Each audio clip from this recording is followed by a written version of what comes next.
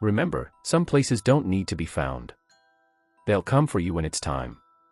They say some places vanish from maps not because they were forgotten, but because they were meant to be. And if you ever stumble upon them, don't stay. Don't speak. And whatever you do, don't look out your window after midnight. My name is Aaron. I run a small travel vlog, nothing big, just a channel where I document the forgotten corners of the world. I've always been drawn to places most people ignore, abandoned roads, small towns nobody writes about, decaying motels, and old countryside relics. I guess you could say I like giving attention to the overlooked. That evening, I was heading toward a historic battlefield site about 40 miles outside the city. The sun was dipping low, painting the horizon in a golden-orange haze that makes everything look almost unreal. I had my GPS mounted on the dash, guiding me along winding country roads. Everything was normal until the screen glitched. It flickered, first once, then again. The soft robotic voice recalculated and spoke a new direction. It was pointing me down a dirt road I hadn't noticed before. I slowed down. The road was narrow, half hidden by overgrown trees, and wasn't marked on the map at all. At first, I thought it was just another GPS error. They happen. But then I noticed something strange. Even though the sun was still setting, the mouth of that road looked darker. As if the trees themselves were holding their breath, keeping the light out. I almost ignored it. I should have ignored it. But curiosity is dangerous, especially for someone like me. The thought of stumbling on a forgotten ghost town or a hidden relic. That was the kind of content my channel lived on. So I turned. The dirt road crunched under my tires as the forest swallowed me whole. The trees leaned closer overhead, twisting into a canopy that blocked out more and more of the fading sunlight. Shadows stretched across my windshield like grasping fingers. The further I drove, the more unnatural it felt. No signs. No animals. Not even the hum of insects. Just the sound of my tires grinding the gravel. Minutes turned into 20. Then 30. And just when I thought I must have made a mistake, when I considered turning back, the trees parted. And that's when I saw it. A village. It wasn't on the map. It wasn't on any sign I had passed. But there it was, nestled in the hollow of the woods, untouched by time. It was beautiful, but not in the way modern towns are beautiful. No glass. No neon. No sound of engines. This was something out of a painting. Cobblestone streets stretched like veins through the heart of the place. Oil lamps flickered dimly in their posts, even though the sky wasn't fully dark yet. Wooden houses leaned slightly from age, their roofs sagging, ivy climbing their walls like veins across pale skin. The whole village looked as though it had been carefully preserved, untouched by the outside world. But what struck me wasn't just the age of it. It was the silence. Even with people there, it felt muted. Like the air itself was heavy, pressing down on everything, smothering sound. I pulled over near the entrance, grabbed my camera, and stepped out. The moment my feet hit the cobblestones, I felt a chill. Not from the air, it wasn't cold. It was something else. A weight. A pressure. Like the place itself was aware of me. I raised my camera and started filming. My voice cracked slightly as I tried to sound cheerful for the vlog. Ah, hey everyone. I think I just found something incredible. That's when I noticed them. The villagers. They weren't rushing. They weren't curious. They weren't startled by a stranger pulling up in a modern car with a camera in hand. They simply turned. One by one, men and women paused in whatever they were doing. Men in old wool coats.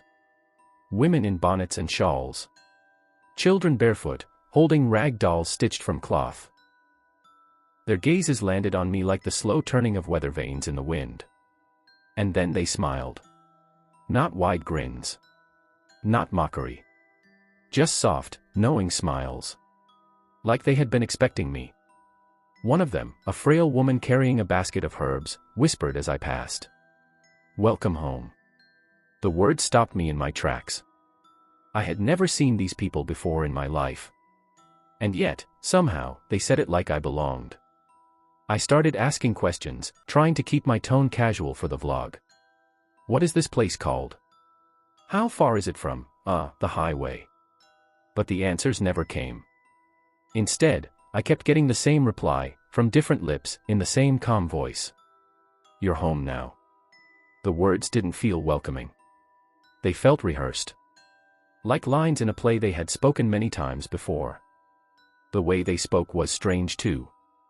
Their dialect wasn't quite Old English, but it was close, like listening to actors in a period drama who had studied their lines too well. Each syllable carried a weight, a kind of practiced formality. And their expressions. Their smiles lasted just a second too long. Their eyes lingered. Too steady. Too wide. I realized after a while that most of them barely blinked. I was unsettled, but I reminded myself, this was gold for the channel. A lost village. Old world culture. This could easily be my most popular video yet. An older man eventually approached me, stooped and thin, with hands that looked as if they'd been carved from wood. His voice was deeper than the rest, slower too. You'll be needin' a place to rest, he said, almost more as a statement than an offer. He introduced himself as the innkeeper.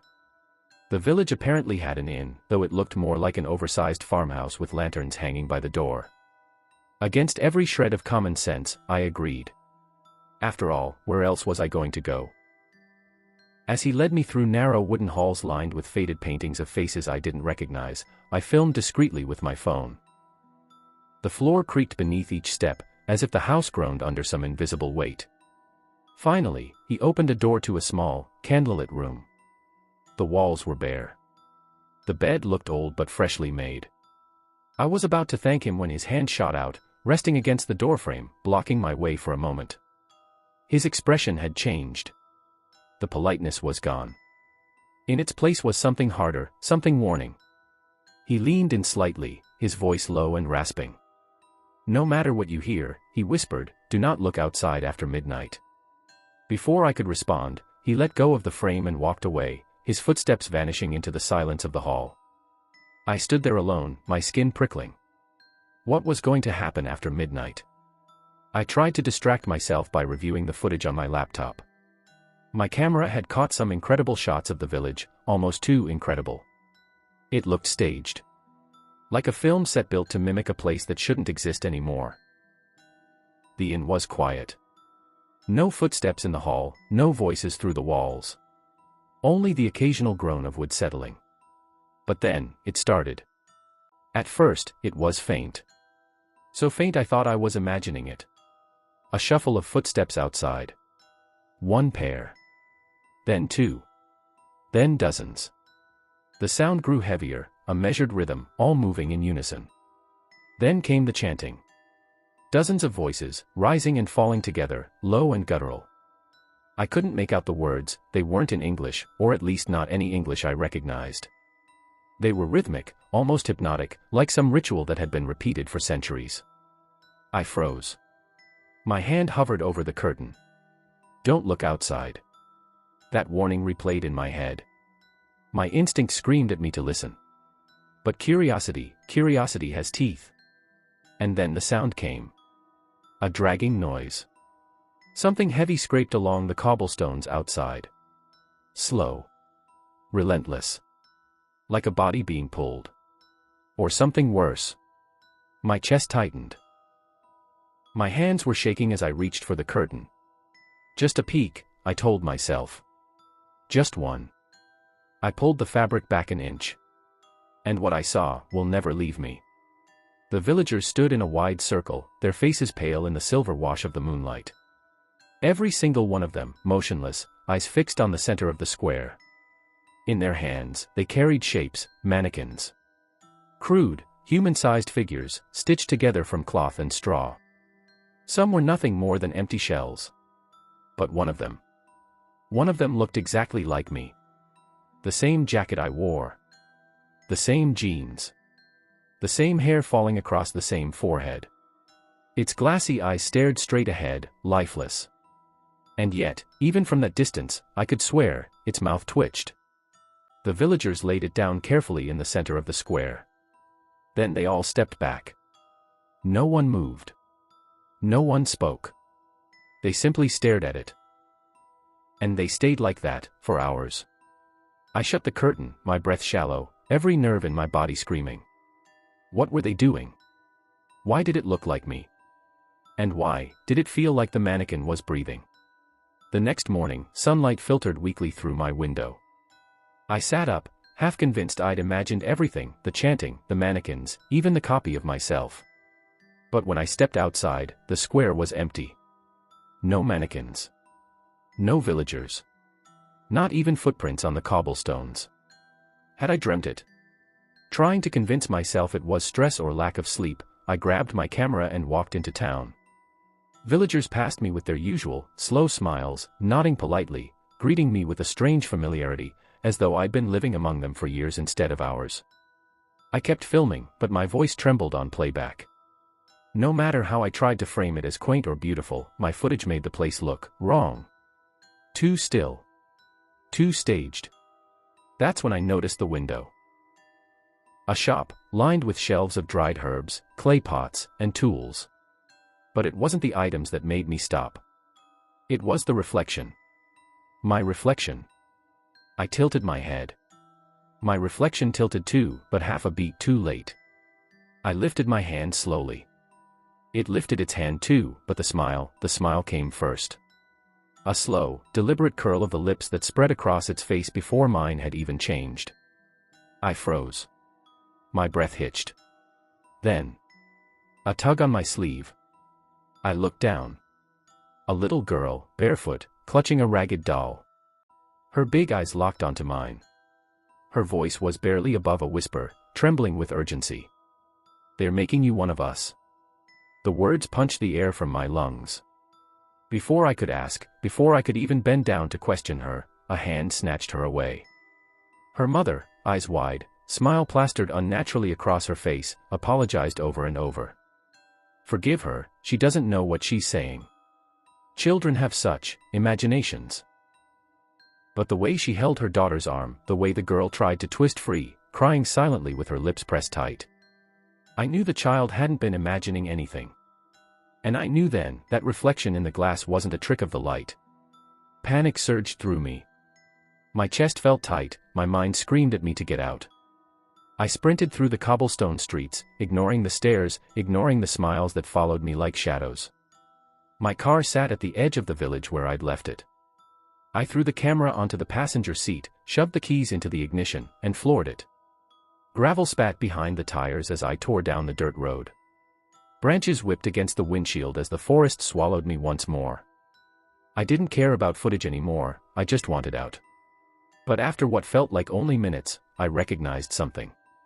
The road was looping back. I slammed on the brakes. My jaw went dry. Ahead of me, through the thinning trees, was the village square. I'd driven in a circle. "No," I muttered. "No, no, no." I spun the car around, tried another path. The forest pressed in tighter, suffocating the daylight, roots snaking across the ground like veins. I drove faster, desperate. And again. The village square. I tried again. And again.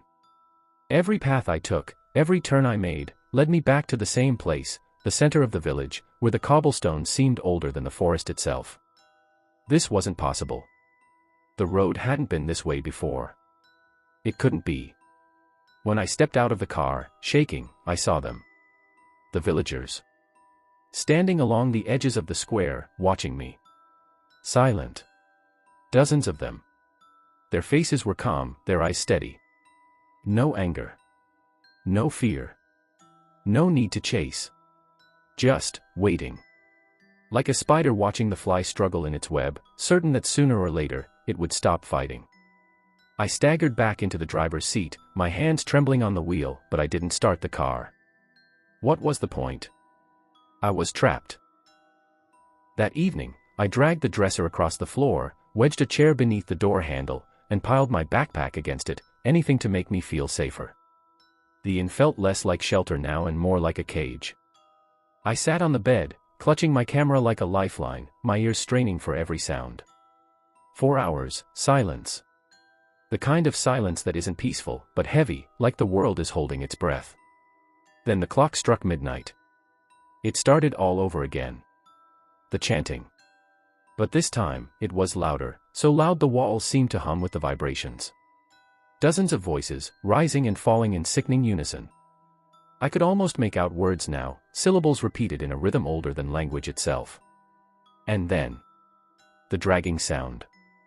It scraped directly beneath my window. Something heavy pulled along the cobblestones, moving slowly, deliberately. My heart hammered against my ribs, but instinct took over. I pressed my camera against the glass, desperate for proof. If this was the end, I wanted the world to know. And there they were. The villagers, forming their circle once again, faces pale in the moonlight, eyes unblinking as they stared toward the center. But this time, there was no mannequin. In the middle stood a figure. At first, I thought it was just another villager. But when the moonlight shifted, my stomach dropped. It was me. A perfect copy. Same jacket. Same hair. Same trembling posture. But the face wasn't trembling. The face was smiling. Slowly, deliberately, my double raised its hand. And with a calmness that froze the blood in my veins, it pointed directly at my window. I stumbled backward, knocking the chair loose from the door. My camera slipped from my hands but kept recording, its red light blinking. The chanting swelled, so loud it felt like it was inside my skull, 1,000 voices vibrating my bones. And then, a knock on my door. 3 sharp knocks. Followed by my own voice, muffled but clear. Let me in. I don't remember everything that happened after that. Just flashes. The door splintering. Hands reaching. Faces too close.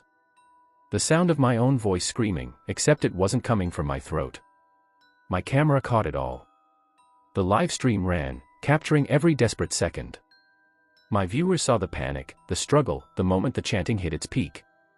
And then, the feed cut to black. For days, subscribers flooded the comments with questions. Was this a stunt? Was Aaron hurt? Was it real? Speculation spread across forums. Some said I had staged it for views. Others swore the terror in my voice was too raw to fake. And then, 4 days later, a new video appeared on my channel. The thumbnail showed me, smiling. When the video played, there I was, standing in the middle of the village square. The same square where the villagers had gathered at midnight. Only now, I stood proudly among them. Hello, everyone, I said cheerfully, my voice smooth, steady, unbroken. I've discovered something truly special. A village untouched by time. A place lost to the world, but alive in its own way. The camera panned, showing the villagers behind me, all smiling the same patient, unnatural smile. They've welcomed me here, I continued. And they want to welcome you too. You should come. Stay a while. You'll see, it feels like home. I leaned closer to the camera, my expression never wavering, my eyes empty. The final words chilled every viewer to their core. Come home. We're waiting. The video ended abruptly, fading to black. But in the silence after, in the few frames before it cut out completely, something strange flickered in the reflection of the camera lens. A second Aaron. Standing just behind me. Mouth open in a silent scream. Weeks turned into months, but the story didn't fade. Hikers passing through the forest kept reporting strange sounds at night, low, rhythmic chanting carried on the wind. Some swore they saw lanterns bobbing between the trees, forming long trails of light that disappeared the moment anyone tried to follow. Others described the smell of smoke, faint and acrid, as though something had burned long ago and never fully gone out. Yet no village exists on any modern map. No archives mention it. Satellite images show nothing but endless forest. And yet, people keep finding it. In the hidden corners of the internet, Aaron's final video is dissected like scripture. Freeze frames show flickers of movement in the background, shapes that don't belong, shadows that lean forward, watching. Audio spectrograms reveal a second voice layered under Aaron's own, whispering in a language no one can identify. Then the comments began. Not spam. Not bots. Real people. I followed the trail. They welcomed me. The village is beautiful. I've never felt so wanted. It feels like home. You should come. One by one, usernames went dark. No more posts, no activity on other platforms, their accounts frozen in eerie silence. Some skeptics tried tracing IPs. All they found were pings that led back to the same location, deep within the forest, where no roads lead. The strangest detail.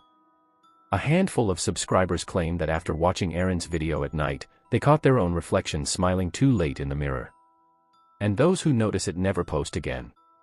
Somewhere, between the folds of time and the cracks in reality, the village waits. And it's still recruiting.